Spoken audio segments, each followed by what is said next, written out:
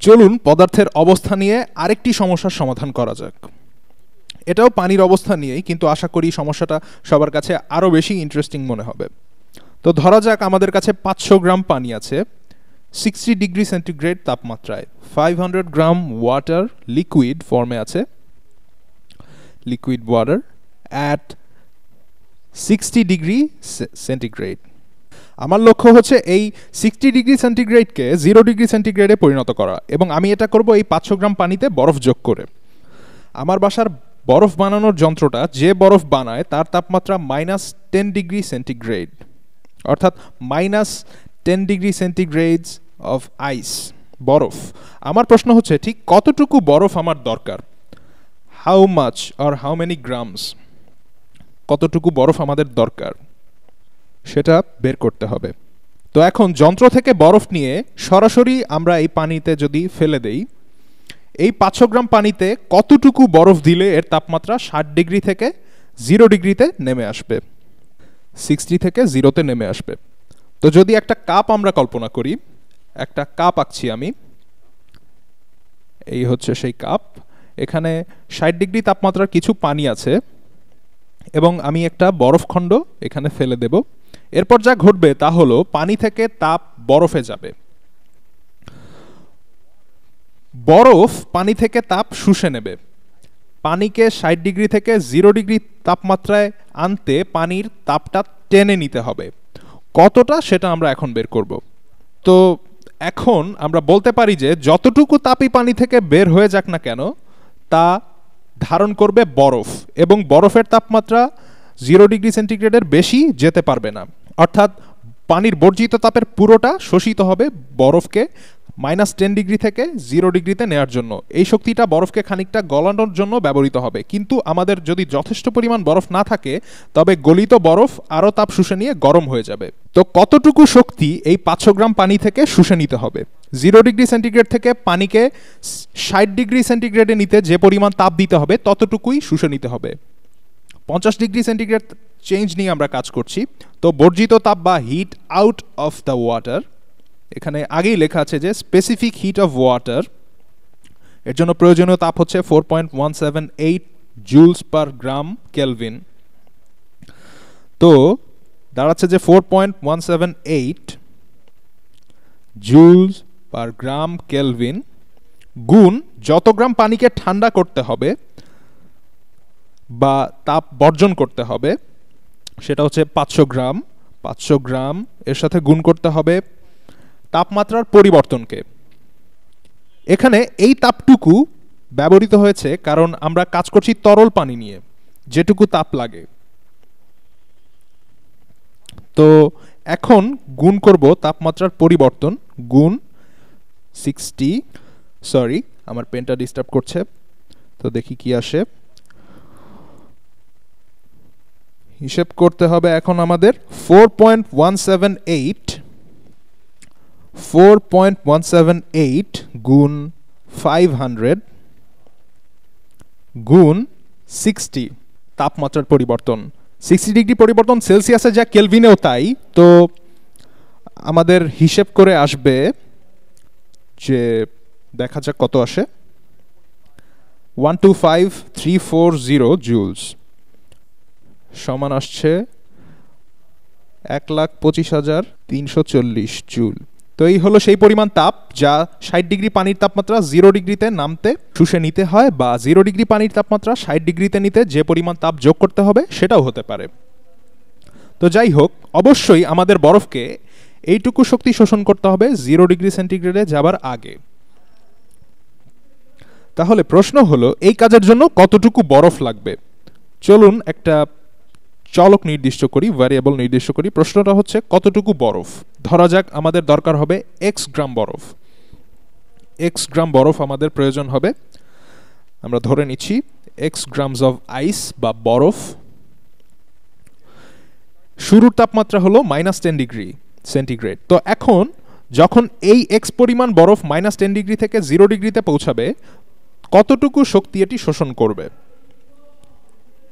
তাহলে তাপমাত্রার পার্থক্য হচ্ছে -10 ডিগ্রি থেকে 0 ডিগ্রিতে যেতে তাপমাত্রার পার্থক্য হচ্ছে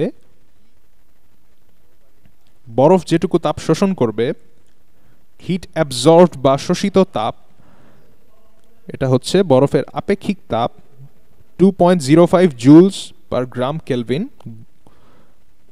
জুলস পার গ্রাম কেলভিন, গুণ বরফের পরিমাণ যেটা আমরা ধরেছি এক্স, গুণ তাপমাত্রার পরিবর্তন।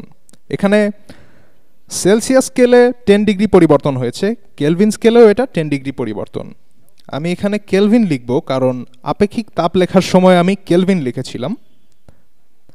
তাহলে হিসেব করা যাক এখন কি আসে। কেলভিন দুটো চলে যাবে, আর এক্স যেহেতু গ্রামে আছে তাই গ্রামও কেটে যাবে। তাহলে -10 ডিগ্রি বরফ থেকে 0 ডিগ্রি বরফে পরিণত হতে যে পরিমাণ তাপ শোষিত হয়েছে তা হলো 2.05 গুণ 10 সমান 20.5 গুণ এক্স জুল। এই তাপ শোষিত হয়েছে -10 ডিগ্রি থেকে 0 ডিগ্রিতে যেতে। এখন 0 ডিগ্রি সেন্টিগ্রেডে বরফ আরও তাপ শোষণ করতে পারবে যতক্ষণ পর্যন্ত না এটা গলে যাবে। মনে করে দেখুন, অবস্থার পরিবর্তনের গ্রাফে আমি দেখিয়েছিলাম যে যখন বরফ শক্তি লাভ করে ওই অবস্থায় একটা সরল রেখা আসে, কারণ তখন এর বন্ধনগুলো, হাইড্রোজেন বন্ধনগুলো খানিকটা শিথিল হতে থাকে এবং আণবিক কাঠামোটা ভেঙে পড়তে থাকে। তাহলে এই পরিমাণ শক্তিও বরফ শোষণ করতে পারে। তাহলে এটা হলো, লাল রঙে লিখছি আমি, 0 ডিগ্রি বরফ থেকে, 0 ডিগ্রি পানিতে নিয়ে আসতে যেটুকু তাপ লাগে, এখানে যে তাপ শোষিত হবে বা হিট অ্যাবজর্বড হবে সেটা হচ্ছে বরফের গলনের সুপ্ত তাপ, আর সেটা হচ্ছে 333.55 জুলস পার গ্রাম গুণ 333.55 জুলস পার গ্রাম গুণ বরফের পরিমাণ যা হলো এক্স গ্রাম, চলে যাচ্ছে এটা। তাহলে বরফ শোষণ করবে 333.55 জুলস যখন সে 0 ডিগ্রি বরফ থেকে 0 ডিগ্রি পানিতে পরিণত হবে। তাহলে আমরা পেয়ে গেছি আমাদের তাপের পরিমাণ, এখানে একটা এক্স হবে জুল। তাহলে যতটুকু শক্তি বরফ শোষণ করতে পারে 0 ডিগ্রি সেন্টিগ্রেডের উপর না গিয়ে, কারণ 0 ডিগ্রি পানিতে যখন তাপ দেওয়া হবে তখন তাপমাত্রা বাড়তে থাকবে, তাই বরফের তাপমাত্রা 0 ডিগ্রি হয়ে গেলে তা পানিকে 0 ডিগ্রি সেন্টিগ্রেডে আনতে পারবে না, অর্থাৎ পানি 0 ডিগ্রি সেন্টিগ্রেডের উপরে যেতে পারবে না। তাহলে বরফ মোট কতটুকু তাপ শোষণ করবে তো দেখা যাক, সেটা আমরা বের করব এখন।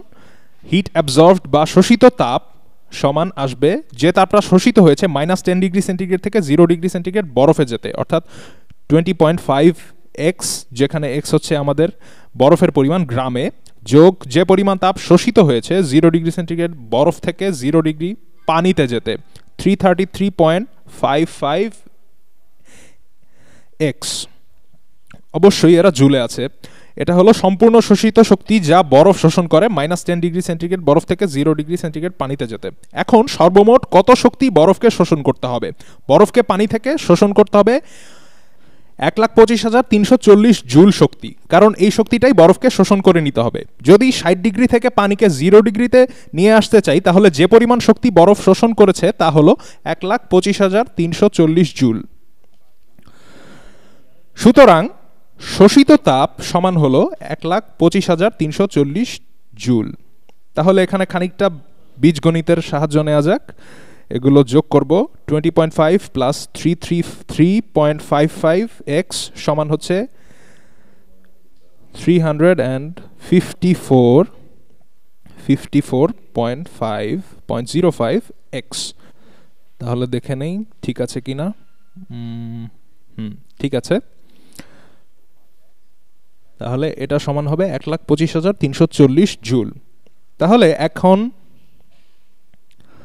x is equal to 125,340 divided by 354.05। তাহলে ক্যালকুলেটর হিসাব করা যাক।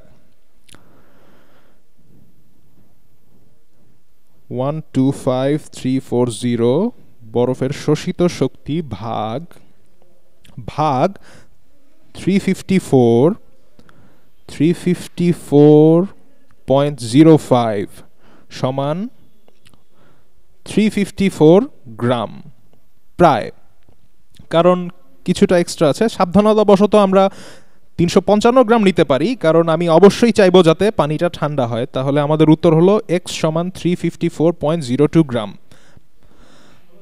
ব্যাপারটা বেশ মজার। আমার তরলের পরিমাণ 500 গ্রাম।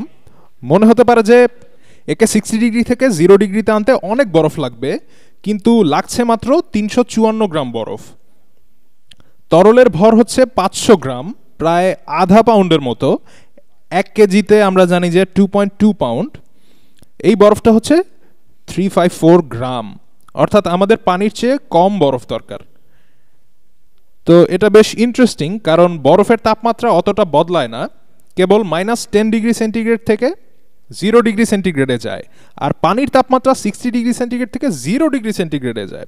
এমনটা হবার কারণ হচ্ছে যে বরফ সুপ্ত তাপ হিসেবে অনেক বেশি তাপ শোষণ করে গলে যায়। তো এই বরফের গলনের সুপ্ত তাপ, অর্থাৎ যেই তাপটা শোষণ করে বরফ গলে যাচ্ছে, এতেই প্রচুর শক্তি খরচ হয়ে যায়। যদি 0 ডিগ্রি সেন্টিগ্রেড বরফও থাকে, তবে তা গলানোর জন্য বিপুল পরিমাণ তাপের প্রয়োজন হয়। তাপমাত্রার কোনো পরিবর্তন ছাড়াই এটা ঘটে থাকে। তো আমার মনে হয় ব্যাপারটা সবার বোঝা হয়ে গেছে। পরের ভিডিওতে আবার দেখা হবে।